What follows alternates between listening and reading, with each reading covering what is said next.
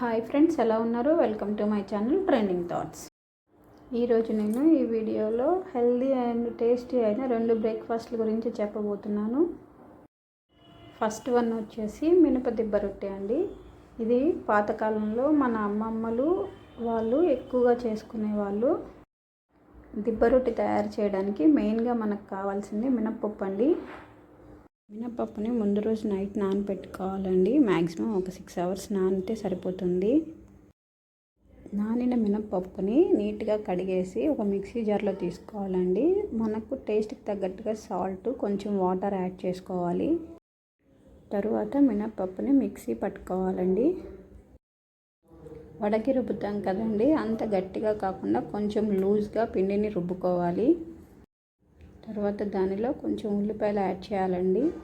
నచ్చిన వాళ్ళు, తినేవాళ్ళు పచ్చిమిరపకాయ, కొత్తిమీర కూడా యాడ్ చేసుకోవచ్చు. నేనైతే పిల్లలకి వేస్తున్నాను కాబట్టి ఓన్లీ ఉల్లిపాయలు మాత్రమే యాడ్ చేశానండి. జీలకర్ర కూడా యాడ్ చేసుకోవచ్చండి. తర్వాత పాన్లో ఒక 2 స్పూన్స్ ఆయిల్ వేసి పాన్ అంతా స్ప్రెడ్ చేయాలండి.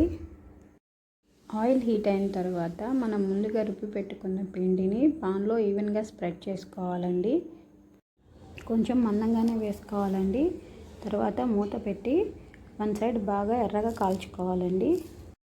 తర్వాత రెండవ వైపు కూడా టర్న్ చేసి ఎర్రగా కాల్చుకోవాలి. దిబ్బ రొట్టి సైడ్స్ అంతా క్రిస్పీగా, మధ్యలో మెత్తగా ఉంటుంది. చాలా టేస్టీగా ఉంటుందండి. ఒక దిబ్బ రొట్టి కాలిన తర్వాత మిగిలిన పిండిని కూడా వేసేసి అలానే కాల్చుకోవటమేనండి. చాలా టేస్టీగా ఉంటాయి అండ్ బలం కూడా అండి. దిబ్బ రొట్టి తినడం వలన ఒకటి తింటే పర్ఫెక్ట్గా సరిపోతుందండి. ఒక దిబ్బ రొట్టి తిని ఒక గ్లాస్ పాలు తాగితే మధ్యాహ్నం వరకు మళ్ళీ ఆకలి వేయదండి. నేనైతే ఈ దిబ్బ రొట్టిని వేపుడు కారం అండ్ కూర కారం అండి, మసాలా కారం అంటారు కదా, ఆ కారంతో సర్వ్ చేసుకున్నాను. టమాటా పచ్చడి, పండుమిరపకాయ పచ్చడి వీటితో కూడా చాలా టేస్టీగా ఉంటుందండి. పల్లీ చట్నీతో కూడా సర్వ్ చేయొచ్చండి, కాకపోతే అంత టేస్టీగా ఉండదు. పండుమిరపకాయ పచ్చడి, టమాటా పచ్చడి, కారం వీటితో సర్వ్ చేసుకుంటే తినడానికి చాలా టేస్టీగా ఉంటుంది.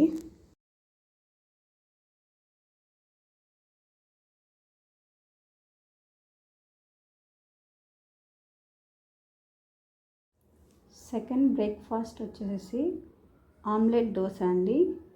నేనైతే డబుల్ ఎగ్ ఆమ్లెట్ దోశ వేస్తున్నాను. ఎగ్స్ తినడం చాలా హెల్దీ కాబట్టి అది ఏ రూపంలో అయినా తినొచ్చు కాబట్టి నేను దోశలో వేసి ఇచ్చేస్తున్నానండి.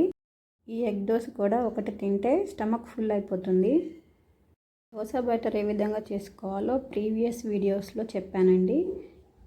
దోశ వేసిన తర్వాత 2 ఎగ్స్ కొట్టి దోశ మీద వేయాలి. ఎగ్స్ని దోశ మీద వేసి ఈవెన్గా స్ప్రెడ్ చేయాలండి. తర్వాత కారాన్ని స్ప్రింకిల్ చేస్తే సరిపోతుంది. ఆనియన్స్ కూడా యాడ్ చేసుకోవచ్చు. నేనైతే ఆనియన్స్ వేయనండి, మాకు ఇలానే ఇష్టము. ఆయిల్ లేదా గీతో దోశని కాల్చుకోవటమేనండి. 2 సైడ్స్ బాగా కాలిన తర్వాత పల్లీ చట్నీతో సర్వ్ చేసుకుంటే చాలా టేస్టీగా ఉంటుందండి. ఎగ్ దోశని నేను పల్లీ చట్నీతో సర్వ్ చేసుకున్నానండి. Thank you friends. నా వీడియోస్ని చూస్తూ నన్ను ఎంకరేజ్ చేస్తున్న వాళ్ళందరికీ చాలా థ్యాంక్స్ అండి. నా వీడియోస్ నచ్చితే లైక్ చేయండి, నా ఛానల్ని సబ్స్క్రైబ్ చేసుకోండి friends. Thank you friends. Bye.